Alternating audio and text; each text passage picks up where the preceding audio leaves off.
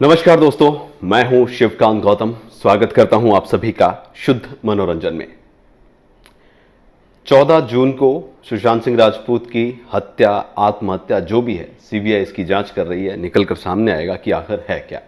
लेकिन 14 जून से लेकर अब तक यह मुद्दा कितना आगे बढ़ा, कितना पीछे रहा, हम सब ने देखा। इस मुद्दे में कई बार यूं लगा कि हम बिल्कुल न्याय के नजदीक पहुंचे हुए हैं और सुशांत सिंह राजपूत के 14 जून के उस काले दिन की सच्चाई सामने आ जाएगी। ईडी, एनसीबी, सीबीआई, न जाने क्या क्या हुआ। हर कहीं पर हमें दिखा कि किस तरीके से जो भी संस्था इससे जुड़ी वो अपने आप में एक नए तहलके के साथ आई और सबको उम्मीद ही हुई कि हां, अब न्याय दूर नहीं है। 67 दिनों की लंबी मांग चली, जिसके बाद सीबीआई आई और सीबीआई आने के बाद यह महसूस होने लगा कि अब तो बस न्याय मिलेगा। सीबीआई में जो जो लोग शामिल थे उनके बारे में बहुत सारे आर्टिकल छपे, बहुत सारे वीडियोस बने, बहुत सारे न्यूज़ चैनल ने भी उनके बारे में छापा कि ये कद्दावर हैं, ये सब कुछ करके रहेंगे। सीबीआई की जांच अब 51वें दिन में चली गई है। आज 51वां दिन है दोस्तों। मैं पहले दिन से सुशांत सिंह राजपूत के जब से सीबीआई शुरू हुई तब से लगातार हर रात आपको 10 बजे इस बारे में अपडेट करता हूं कि अब है क्या। लेकिन पिछले करीब 20-25 दिन से सीबीआई की तरफ से कुछ भी ऐसी चीजें नहीं आ रही है जो अपडेट की जा सके। कोई ऐसा बयान नहीं, कुछ नहीं। एम्स की जब रिपोर्ट लीक हुई तब सीबीआई का बयान आता है। तलवार केस में सीबीआई हर रोज प्रेस कॉन्फ्रेंस करती थी, लेकिन इस पूरे केस में लगभग 2 महीने को है, एक बार भी सीबीआई पब्लिक के सामने नहीं आई है और ना ही कोई जवाब दिया है।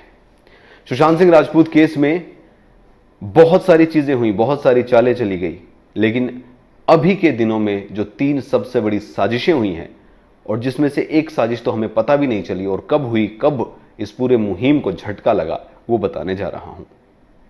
सबसे पहले बात करेंगे उस शुक्रवार की जिस दिन डॉक्टर सुधीर गुप्ता ने अपने मोबाइल से व्हाट्सएप चैट लीक करके या फिर सेलेक्टिव मीडिया को व्हाट्सएप चैट भेजकर यह बताया कि सुशांत सिंह राजपूत के मामले में आत्महत्या है, यानी कि सुसाइड बाय हैंगिंग। इसमें कहीं पर यह नहीं लिखा गया कि डेथ बाय हैंगिंग, क्योंकि अगर डेथ बाय हैंगिंग भी लिखा जाता तो भी यह मामला 302 का बन सकता था। अभी तक रिपोर्ट सामने नहीं आई है, तो हमारे जो भी ये बयान हैं, जो भी हम बातें कर रहे हैं, हो सकता है कि ये बाद में चल के झूठे भी साबित हो जाएं या फिर हम गलत साबित हो जाएं। झूठे नहीं, हम गलत साबित हो जाएं और इस मामले में सीबीआई 302 की धारा लगाकर ही आगे बढ़े। लेकिन शुक्रवार के दिन यह साजिश शुरू हुई। इससे पहले की एक और साजिश थी जिस पर हम जरूर बात करेंगे, लेकिन पहले हम बात करेंगे शुक्रवार की। एम्स की रिपोर्ट को लीक करने का मतलब क्या है? इससे पहले क्यों यह नैरेटिव बनाया गया, क्यों यह बातें हुई कि सुशांत सिंह राजपूत की तस्वीरें देखकर यह 200% होमिसाइड है? डॉक्टर सुधीर गुप्ता ही वो इंसान थे जिन्होंने ये बातें कही थी और ये बातें मैं नहीं कह रहा हूं, ये बातें ईशकरण भंडारी ने कही, क्योंकि ईशकरण भंडारी की भी बातचीत रही। ये बातें कही विकास सिंह ने, क्योंकि विकास सिंह से भी सुधीर की बात हुई, डॉक्टर सुधीर की। ये बातें रिपब्लिक टीवी के रिपोर्टर ने कही, क्योंकि 22 अगस्त को रिपब्लिक टीवी के रिपोर्टर ने ये सारी बातें जो है वो अपने मोबाइल में कैद की थी। वॉइस जो है वो कैद हुई थी। उसमें साफ साफ डॉक्टर सुधीर गुप्ता ने कहा, कूपर हॉस्पिटल ने डेथ ऑफ टाइम नहीं लिखा, कूपर हॉस्पिटल ने अंधेरे में क्यों ये पोस्टमार्टम किया, कूपर हॉस्पिटल ने चोट के जो निशान थे उनको कैसे दरकिनार किया, कूपर हॉस्पिटल ने विसेरा जो सैंपल था उसको ठीक से क्यों नहीं रखा कलीना लैब में, क्यों लेट पोस्टमार्टम हुआ, मजिस्ट्रेट की परमिशन क्यों नहीं लेगी। ये तमाम सवाल जो हैं वो खुद सुधीर गुप्ता ने ही उठाए थे। लेकिन अचानक से उन्होंने इन सारे सवालों को दरकिनार करते हुए वो कर दिया जो पॉसिबल ही नहीं था, जो कहीं पर लिखा ही नहीं जा सकता था। क्योंकि कई अधिकारियों से मेरी बात हुई, उन्होंने साफ साफ ये बोला कि इस तरीके के मामले में, चाहे वो सुशांत का हो या कोई भी नॉर्मल हो, और नॉर्मल सुसाइड भी जिसमें कि कोई नोट वगैरह ना हो, सुसाइड की वजह ना हो, कोई एविडेंस नहीं मिलता है, तो उसमें हमेशा यही लिखा जाता है, suicide but can't denied homicide. जी हां, लेकिन इस मामले में बिना किसी तथ्य के, बिना किसी सबूत के, बिना किसी बात के, सारे चीजों के विपरीत जाकर डॉक्टर सुधीर गुप्ता ने यह लिखा कि सुसाइड बाय हैंगिंग। अभी तक ये रिपोर्ट आई नहीं है दोस्तों, तो मे भी हम गलत हो, मैं चाहूंगा कि हम गलत हो इस बारे में, जो भी हमारी बातें अभी चल रही है। लेकिन ये पहली साजिश नहीं थी। ये साजिश किसने की? जैसा कि मुकेश खन्ना ने कहा था कि इस पूरे खेल में असली शक्तिमान कौन है, क्योंकि ये तो गंगाधर है और गंगाधर ही यहां शक्तिमान नहीं है, यानी कि यहां पर गंगाधर अलग है और शक्तिमान अलग है। तो वो शक्तिमान आखिर है कौन? क्या हमारे बीच का ही कोई शक्तिमान है जो हमारे साथ आवाज भी उठा रहा है और हमारे खिलाफ भी जा रहा है? क्योंकि पुराना रिकॉर्ड जो है वो बहुत कुछ कहता है, पुरानी बातें जो हैं वो बहुत कुछ कहती हैं, पुराने जो किस्से हैं वो बहुत कहानियां सुनाते हैं, और इन कहानियों को सुनने के बाद ये महसूस होता है कि कहीं ना कहीं इस पूरे मामले में कोई घर का भेदी है, कोई विभीषण है जो चाले तो चल रहा है हमारी तरफ से, लेकिन पास से जब गिरते हैं तो दूसरी तरफ से वो पास से खेले जा रहे हैं। अब वो कौन इंसान है, उसका क्या लालच है, क्यों है, ये तो आने वाला वक्त बताएगा। एम्स की रिपोर्ट का बदलना पहली साजिश थी जो बहुत पूरी तरीके से हिट हुई, क्योंकि पूरा का पूरा नरेशन जो था वो चेंज हो गया। जितने भी टीवी चैनल से एक चैनल को छोड़कर सारे के सारे बदल गए, सारे के सारे दूसरे पाले में आ गए, और उन्होंने रिया चक्रवर्ती के लिए इंसाफ की लड़ाई भी लड़नी शुरू कर दी। फिर सबको रिया चक्रवर्ती और यानी कि दूसरा परिवार भी नजर आने लगा। दूसरा परिवार हमेशा से था, नजर आना भी चाहिए, लेकिन दूसरे परिवार के खिलाफ कई बार चीजें ऐसी सामने आई हैं जिनको देखकर, जिनको पढ़कर, जिनको सुनकर, जिनको महसूस करके ये लगता है कि क्या वाकई में दूसरा परिवार कसूरवार नहीं है। दूसरे परिवार के पिता अपने बेटे से जब ड्रग्स मंगवा रहे थे तो क्या वाकई में वो परिवार ठीक है, क्या उस परिवार की गलतियां नहीं है। हादसे हो जाते हैं, गलतियां हो जाती हैं, लेकिन कोई इंसान तो हो जिसने ये रखा हो, ये कदम हो या ये बात हो जिससे ये महसूस हो कि नहीं, इस परिवार में सारे गलत नहीं है। क्योंकि माँ के फ़ोन से ड्रग्स आ रहा है, बेटी भी ड्रग्स मंगवा रही है, चाहे वो सुशांत के लिए मंगवा रही हो, अब तो प्रूव करना पड़ेगा कि वो सुशांत के लिए नहीं थी। लेकिन अगर ऐसा होता तो शोविक वहां ना होता जहां आज है। जी हां, शोविक चक्रवर्ती अभी भी जेल में क्यों है? क्या ड्रग्स की बात पूरे परिवार को नहीं पता थी? क्या ड्रग्स परिवार में पिता बेटे से नहीं मंगवा रहा था? तो ये एक अपने आप में बहुत बड़ी बात निकलकर सामने आती है। और अब अगर कोई रिया चक्रवर्ती के लिए कहता है कि उसे भी इंसाफ चाहिए, बिल्कुल चाहिए, लेकिन इंसाफ के तराजू में रिया चक्रवर्ती का भार बहुत कम है, जिसकी वजह से चंद लोग ही उसके इंसाफ की मांग कर रहे हैं। वो चंद लोग वही हैं जो इस वक्त बॉलीवुड में हैं, और बॉलीवुड न जाने कौन सी गहराइयों की बात छिपा रहा है। पहली साजिश ये हुई कि फ्राइडे के दिन ये चीज लीक होती है और मंडे के दिन रिया चक्रवर्ती को जमानत मिल जाती है।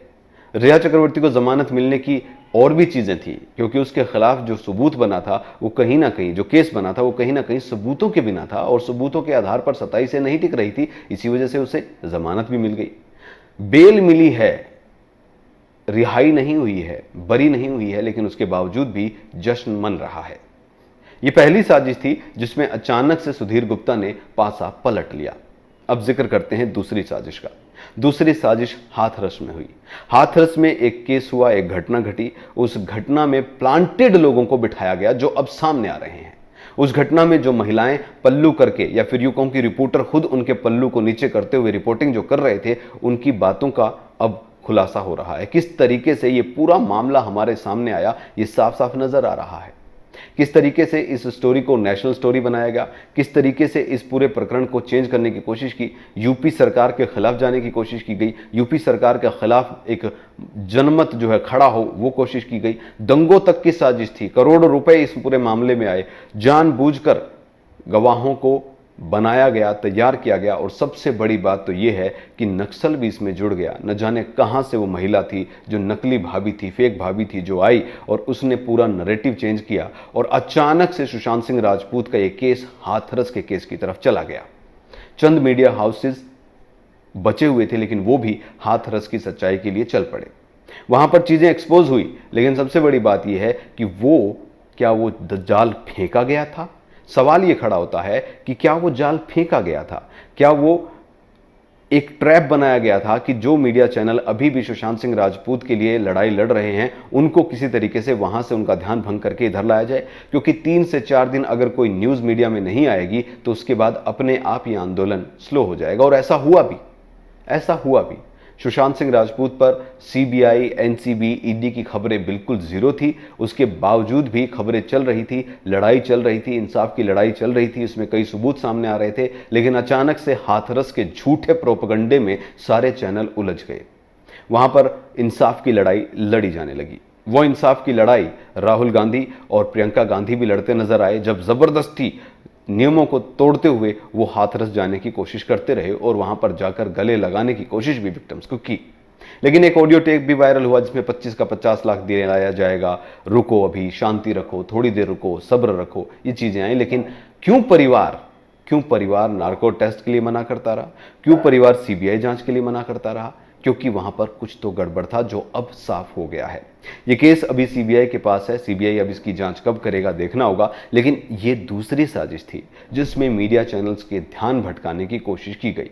इन दो साजिशों से 90% जो चैनल थे वो उस राह पर चले गए थे और उस राह पर ही हमें नजर आए।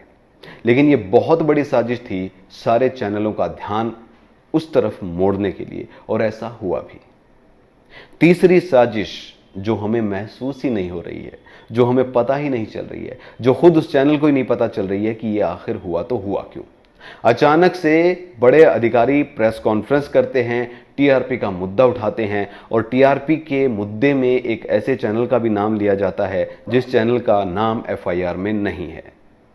क्या इतने बड़े पद पर आसीन वो व्यक्ति नहीं जानते थे कि वो क्या पढ़ रहे हैं? क्या इतने बड़े पद पर बैठे उस व्यक्ति को नहीं पता था कि इस शब्द का मतलब क्या है जो वो बोल रहे हैं? उन्हें बिल्कुल पता था कि वो क्या बोल रहे हैं, क्यों बोल रहे हैं, किस लिए बोल रहे हैं। और ये मुद्दा अभी भी बहुत जबरदस्त है, क्योंकि बिना एफआईआर में नाम होने के बावजूद भी चैनल के बड़े बड़े अधिकारियों को बुलाया जा रहा है।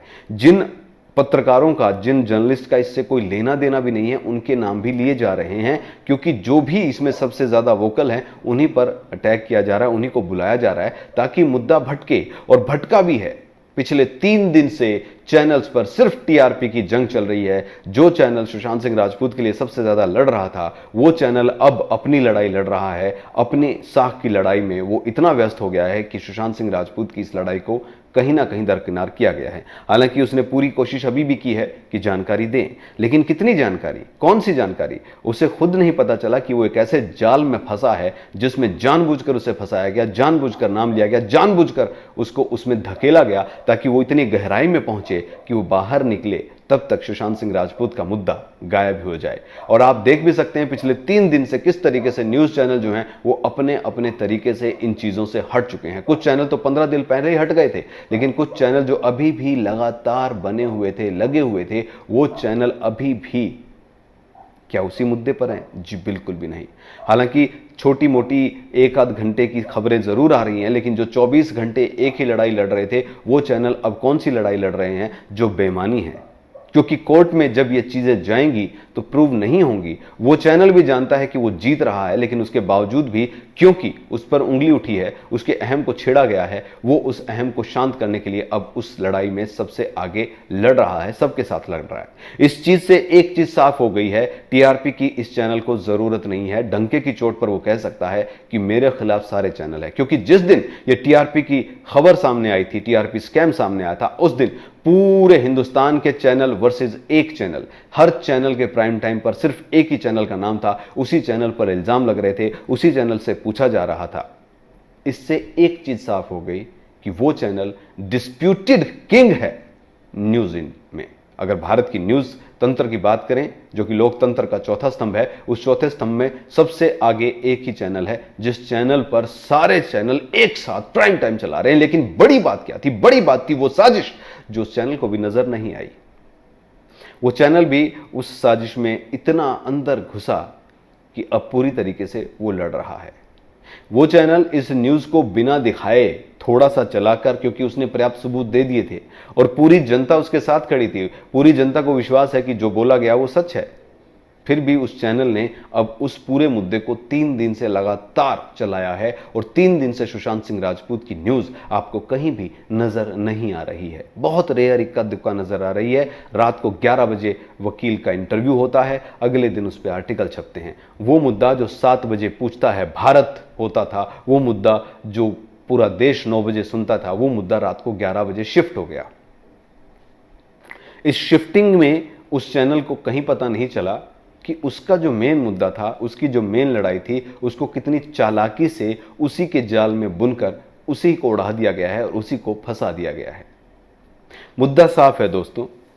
मुद्दा यह है कि किस तरीके से सुशांत सिंह राजपूत के इस केस को अलग किया जाए, मेन मीडिया से निकाला जाए, वहां पर इसकी कम फुटेज हो, कम लोगों को देखने को मिले और लोग अपनी अपनी रोजमर्रा की जिंदगी में चले जाएं।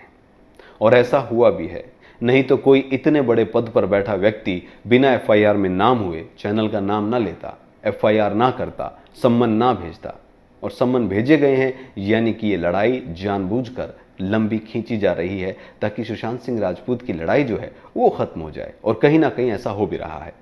इसीलिए मैंने कल भी अपने लाइव में यही बात आपसे कही थी कि सोशल मीडिया को मजबूत कीजिए, सोशल मीडिया पर जो लोग हैं उनका साथ दीजिए, उनको मजबूत कीजिए। सोशल मीडिया पर जो लोग जो लड़ रहे हैं उनके प्रोटेक्शन में आइए, क्योंकि वो प्रोटेक्ट नहीं है, उनको कभी भी उठाया जा सकता है और सोशल मीडिया पर कभी भी चैनल बंद किए जा सकते हैं। चुटकियों का खेल है। आज राजस्थान में जो हुआ, अब कुछ चैनल वहां पर इंसाफ की लड़ाई लड़ने पहुंच गए हैं। कुछ चैनल वहां पर बेहोश होती हुई उस मां को दिखा रहे हैं, कुछ चैनल उस राख को दिखा रहे हैं जिसमें जलकर एक 50 साल का गरीब पुजारी मारा गया। लेकिन वाकई में ही, क्या वाकई में ही ये इंसाफ की लड़ाई है? नहीं, ये इंसाफ की नहीं, ये टीआरपी की लड़ाई है। क्योंकि आज वहां पर वो दो बहन भाई नहीं जा रहे हैं जो बहन भाई हाथरस में जाने के लिए जिद पर अड़े थे, चक्कर खाकर गिर पड़ रहे थे, कोरोना होते हुए भी फैल रहा है, उसके होते हुए भी वो आम जनता के बीच में बेखौफ होकर जा रहे थे। क्या वहां पर जान नहीं गई है? क्या हाथरस में जान गई थी? क्या करौली में किसी की जान नहीं गई है? नहीं, ये एक पूरा कंबाइन एफर्ट था जो निकाला जा रहा था, और इसमें बॉलीवुड भी शामिल था, पॉलिटिक्स भी शामिल थी, और न्यूज़ चैनल भी बहुत बड़ी मात्रा में शामिल थे। और दुख की बात यह है दोस्तों कि जो चैनल इसके लिए लड़ रहा था उस चैनल को भी इसमें इस तरीके से उलझाया गया है कि उसे खुद को यह पता ही नहीं है कि वो कहां उलझ गया है।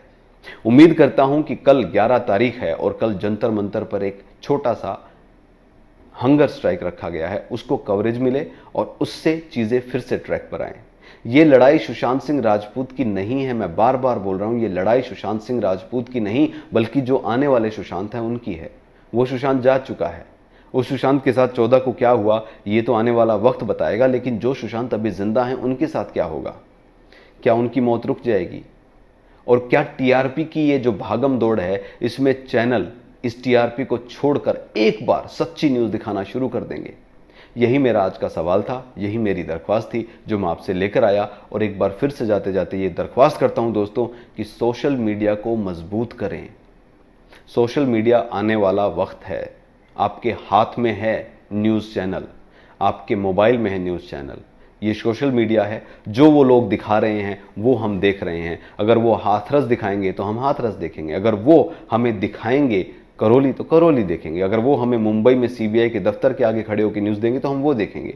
लेकिन क्या हम वो न्यूज़ देख सकते हैं जो हम अपनी मर्जी से देखना चाहते हैं? क्या आप मेरे न्यूज़ चैनल पर आकर वो वीडियो देख नहीं सकते जो आप देखना चाहते हैं? बिल्कुल देख सकते हैं, क्योंकि मैं आप पे कुछ थोप नहीं सकता हूं। अगर आप इस वक्त मेरे शो को लाइव देख रहे हैं तो आप अपनी मर्जी से देख रहे हैं। अगर आपका मोह भंग होगा तो आप मेरे चैनल पे और वीडियो देखेंगे, नहीं तो किसी और चैनल पे जाके वीडियो देखेंगे। और यही है सोशल मीडिया की ताकत, जो आपको सही चीजें देगी। और सोशल मीडिया ही था जिसने सुशांत सिंह राजपूत के केस को उठाया, सोशल मीडिया ही था जिसने सुशांत सिंह राजपूत के केस को जिंदा रखा, सोशल मीडिया ही था जिसने हाथरस को आगे लाकर उसकी सच्चाई बताई, सोशल मीडिया ही था जो एक बुजुर्ग के रोते हुए आंसुओं को देखकर उसके ढाबे पर असंख्य लोगों को भेज देता है। सोशल मीडिया की ताकत को और बढ़ाइए, सोशल मीडिया को आगे बढ़ाइए, यही मैं आपसे दरख्वास्त करूंगा और यही कहूंगा कि इस इंसाफ की लड़ाई को रुकने ना दें।